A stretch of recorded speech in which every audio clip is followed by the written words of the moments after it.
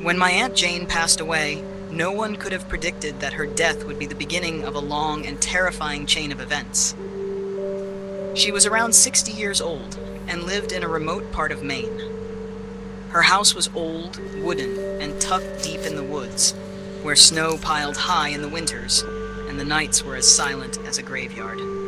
I had always known Aunt Jane as a strong and sensible woman, but just days before her death, she began saying strange things. She called my mother and said, "He's back. I saw him at the window." We thought maybe the loneliness was getting to her, that perhaps her mind was starting to slip. But then, one night, she was found dead at the bottom of the staircase in her house. No wounds, no bruises, just her eyes wide open, as if she had seen something terrifying right before she died. My mother asked me to help clean out Jane's house since I was home from college on break. I agreed. When I entered that house, the first thing I felt was a cold, heavy silence. It was like the house itself was holding its breath. Everything was just as Jane had left it. Her teacup on the table, a half-read newspaper, and that old clock on the wall that had always ticked steadily. But that day, the clock had stopped. I began cleaning. Dust settled in the corners of the room, old boxes stacked in piles, drawers filled with my aunt's paperwork. But as the days went by, things began to feel off. One morning, I found the kitchen door wide open, even though I clearly remembered shutting it the night before. The curtain on the window was swaying slightly, though there was no wind outside. I brushed it off. Maybe I forgot, or maybe the old hinges were loose. But the next night, something happened that I couldn't ignore. I was lying in bed trying to sleep when I heard it.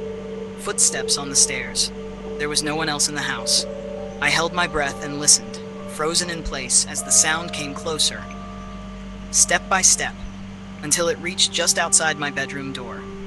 The door was closed, but from underneath, I saw a faint, flickering light, like someone was holding a lantern just outside. Then I saw the shadow. I gathered my courage, opened the door. No one. I searched the house, every window, every door. Everything was locked. I tried convincing myself it was just stress, the weight of Jane's death playing tricks on me. But deep down, I knew something wasn't right. The next morning, I decided to go Jane's old notes.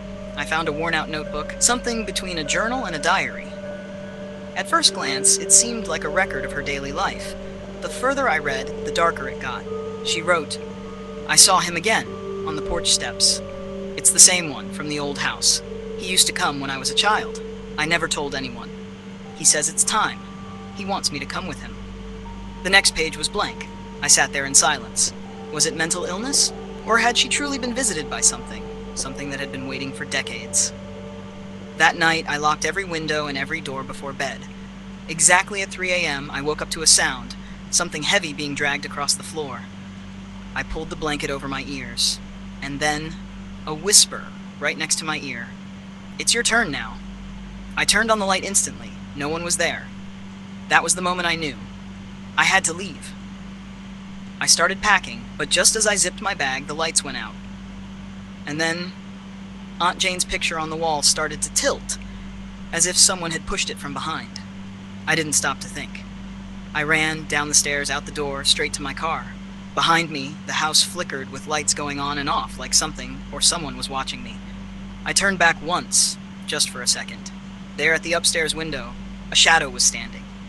I left the house and never went back. When I told my mother everything, she just nodded slowly and said, "I knew, but Jane asked me not to say anything. She said if you speak his name, he returns." I've never spoken of it again. I've never gone near that place. But sometimes late at night I still hear her voice echoing in my ears.